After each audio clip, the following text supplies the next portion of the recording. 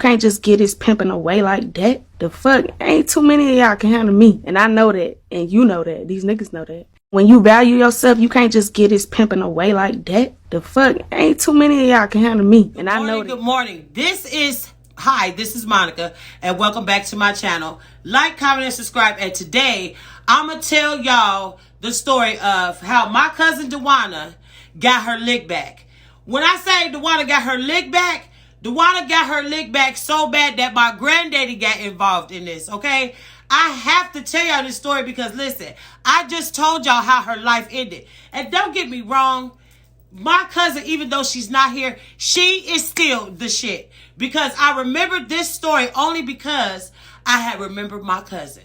And so when you remember shit like that, you got to talk about it. So this, my love, is the story of how Dwanna got her lick back on these bitches that set her up. When I say these bitches set her up, they set her up to the point they knew she was coming back. They knew in their mind, somewhere in their mind, they was thinking, this bitch is still coming. Listen, like, comment, and subscribe. And okay, before I go any further, I went to the grocery store this morning. Because the story stayed in my mind, all I kept thinking was, I got to tell this story while I can remember it so well.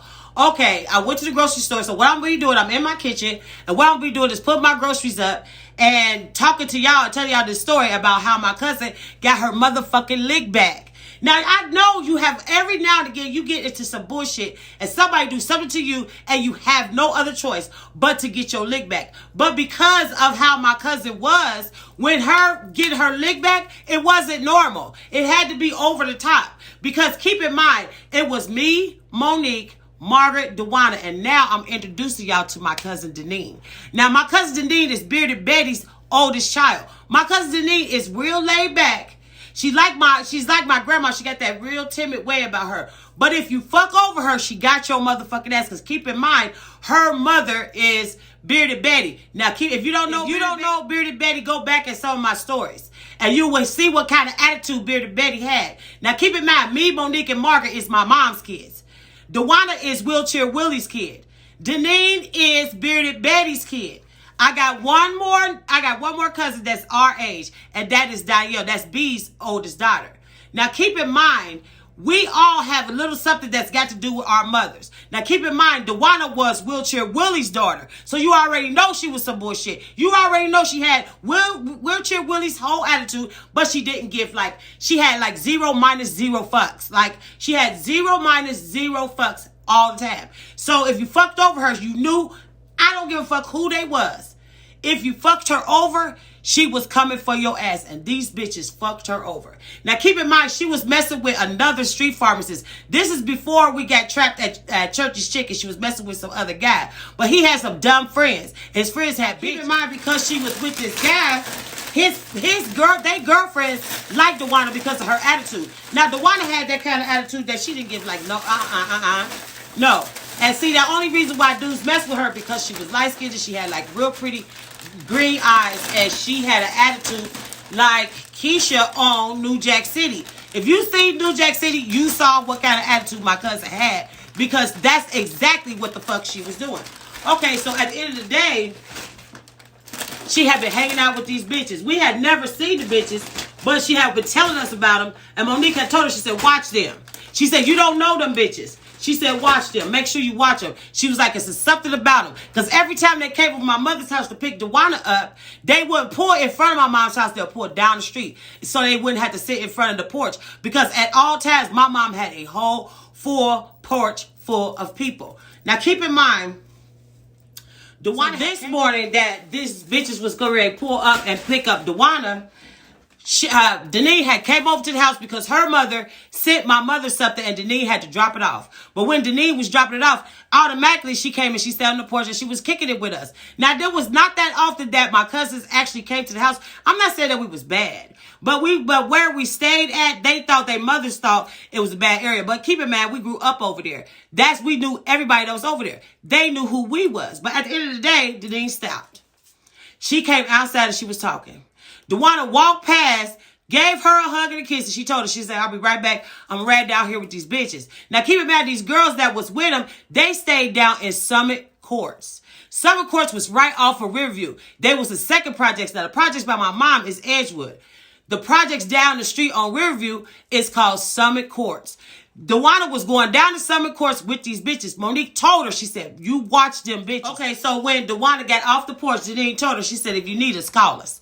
Because we were still sitting on the porch. Now, keep in mind, Bearded Betty at the time was actually like impatient and all this other stuff. She had already called my mom to ask Janine to come back to the house. Janine told her she was going to sit with us for a little while longer, and then she was going to come over there. She was going to come over there. My aunt was totally fine with that, but not 20 minutes went past. All we heard was, I'm going to get you bitches. I got to go back. This happened in 1990. How I know this happened in 1990, I was getting ready to graduate in June. So that made me 18. That made Margaret 16. That made Dwanna 19. That made Monique 20. That made Deneen 22. So at the end of the day, we was all sitting up there. All we heard was, I am going to get these bitches. Somehow or another, these bitches had set Dwanna up.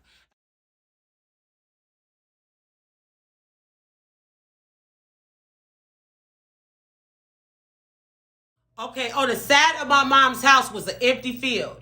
Where the empty field was, it left from an alley. You could come through the alley, the back way from my mom's house. You could come through the alley, cut through that abandoned field, and it was a trail that led to the sidewalk that led to my mom's house. Now, keep in mind, all we heard was, I'm going to get these bitches. These bitches had set Dwanna up. When I say they set her up, they set her the fuck up. Anyway, coming through the field, all we seen was Dwanna. When I say we seen Dwanna, this bitch was marching. She was marching and she was so motherfucking mad. But that's not what shocked us, because this was normal for her. That's not what shocked us. What shocked us was Dwanna had on no shirt, no bra, titties out. I mean, she walking through this with no shirt on. Period. No shirt. Monique stood up like, what in the... She like, don't say a motherfucking word. She said, I got to tell y'all what the fuck did happen. And when Dwanna was talking, she was always leaning over and she was popping her shit. And her hair was stacked real high and she had it short, but she had some hair long in the back. This is how her hair was, because this was the 90s. She had these big gold earrings and listen, no shirt. I was like, oh my God, this is getting ready to be a good one. So we gonna sit back and watch this. By this time, Eric comes from around the corner, the side of my mom's house. He sees Dwanna and she is mad. She is so mad she got tears coming down her face. That is one of the only times I've ever seen my cousin actually cry. She wasn't even crying. She was so mad that a tear came down. When the tear hit, that's what brought Margaret off the chair. Me standing up. Monique was already walking towards Dwanna. Eric was taking his shirt off and he was putting it on her. She was so mad that people would see when people was coming down the street. They see her with no shirt on. She looking at them. She turned around. She was like, what in the fuck are you looking at? You act like you ain't never seen no boobs before. That's not what she said, but you know. But that's what she said. When she said this, I'm like, oh my God, this is getting ready to be good. I can't wait. I can't wait. These girls had took Dwanna down there to Summit Courts. When they got to Summit Courts, Dwanna was in their house. Now, keep in mind, the dude that she was messing with, his friends, this was their girlfriends. They had just met Dwanna. Knowing what kind of motherfucker she is, they set her up. When the bitch closed the door, her brothers was behind the door. They thought that Dwanna had a lot of money on her, but she didn't. Because keep in mind, I told y'all in another story, she would give my mother bulks of money and my mother would put the money up for her. She only had a little amount of money on her. So when they robbed her, they didn't even get no pharmacy stuff. They got the little amount of money that she had on her, but Dwanna was never broke because her money was at my mom's house. So at the end of the day, they pulled the gun on her, and being funny because they didn't know who Dwanna was, they took her looks for what they seen. They took her looks and thought, oh, she was a prissy girl and this. So they gonna try to embarrass her. Her brothers took Dwanna's shirt off and took her bra off and made her walk back to my mom's house. It wasn't the fact that they did this because Dwanna was so motherfucking raw that she didn't care that she had no bra on or no shirt. It wasn't the fact that she didn't have no shirt on.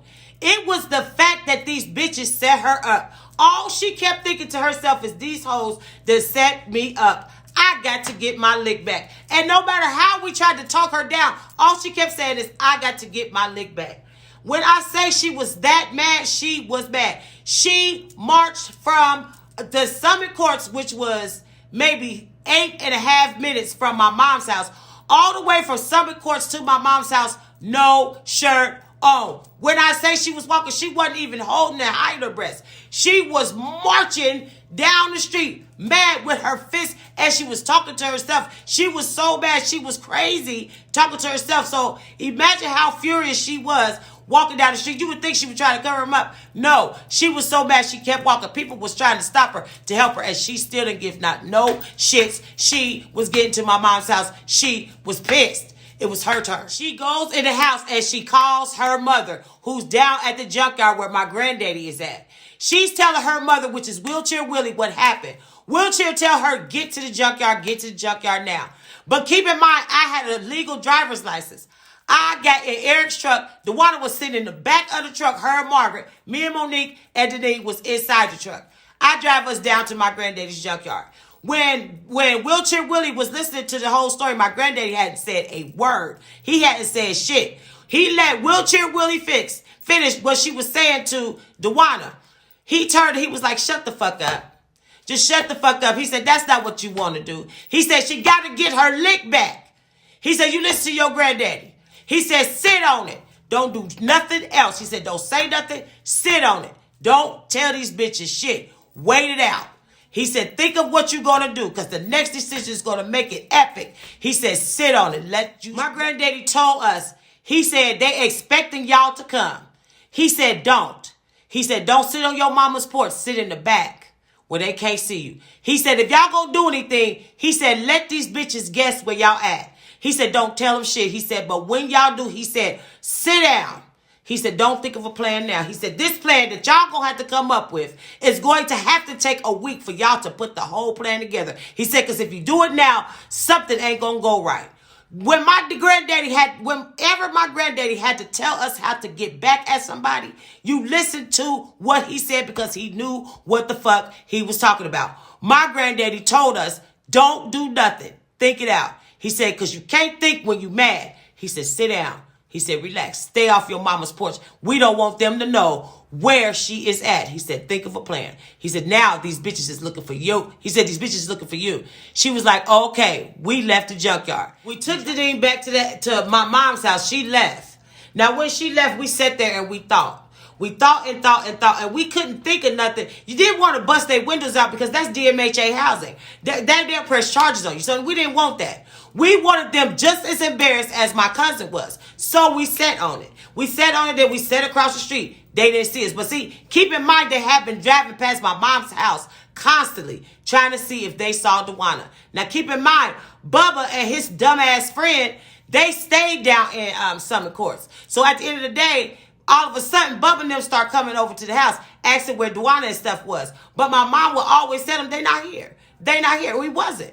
We was across the street at the man across the street's house. He like sold hay stuff. Yeah. So we was kicking it over there. Not at my mom's house. So nobody saw us for like 2.5, almost 3 weeks. Now keep in mind, we came up with a plan. Not only did we come up with a plan, but the plan, it was executed so beautifully that my mom, now back then, the trash cans wasn't these big green ones. The trash cans that was in front of the house was those metal trash cans with the metal lid on it.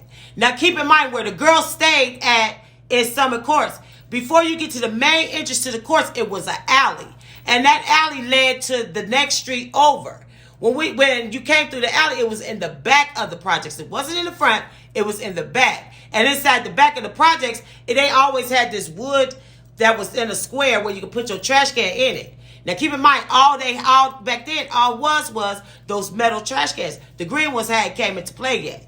Okay, so Monique had thought of the first part of the plan. But because we wanted them embarrassed, we had to think of how we can embarrass them and they know not to fuck with my cousin no more.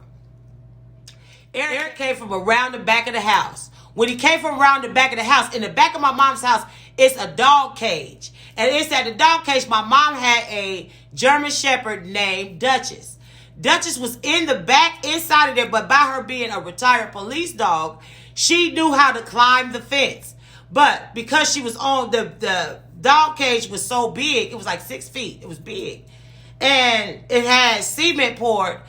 Every time that Eric had to clean out the dog pen, he would spray the doo-doo out of the dog pen and scoop it up into a bag.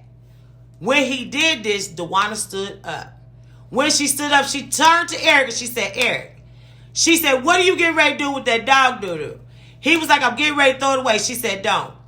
Dwanna went in my mom's back door. When she came out my mom's back door, she had those grocery bags, those plastic grocery bags. She had a whole handful of them.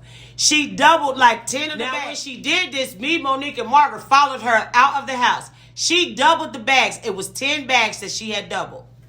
Honey, she took some damn dish gloves, them yellow dish gloves. Now I'm chewing these gummies, these stress gummies, because I ain't. Listen, she's stressing me the fuck out right now. Her motherfucking ass took them dish gloves, them yellow dish gloves, stuck her hand down in the doo-doo bag, and put doo-doo in each of the 10 bags. So when she was doing this, she was tying them up. She took, and my mom had just bought some brand new trash cans to sit in front of her house. The old one she had put in the back. We took one of the old trash cans and put the bags inside of the trash can. Put it in the back of Eric's truck. Now, keep in mind, Dwanna, before she tied the bags up, she poured water inside of the bags on top of the doo-doo. And we put the doo-doo in the can and put the can on the back of Eric's truck.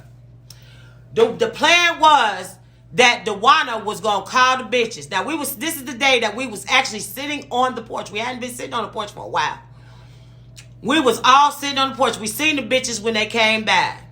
Dwanna waved at them. And see, by them not knowing Dwanna, they taking Dwanna's looks for granted. They thinking she's some type of soft bitch. That's what they thought. But, oh my God, this was mistake number one. She waved at the bitches. The bitches blew the horn. They went back down to Summer Courts. We waited.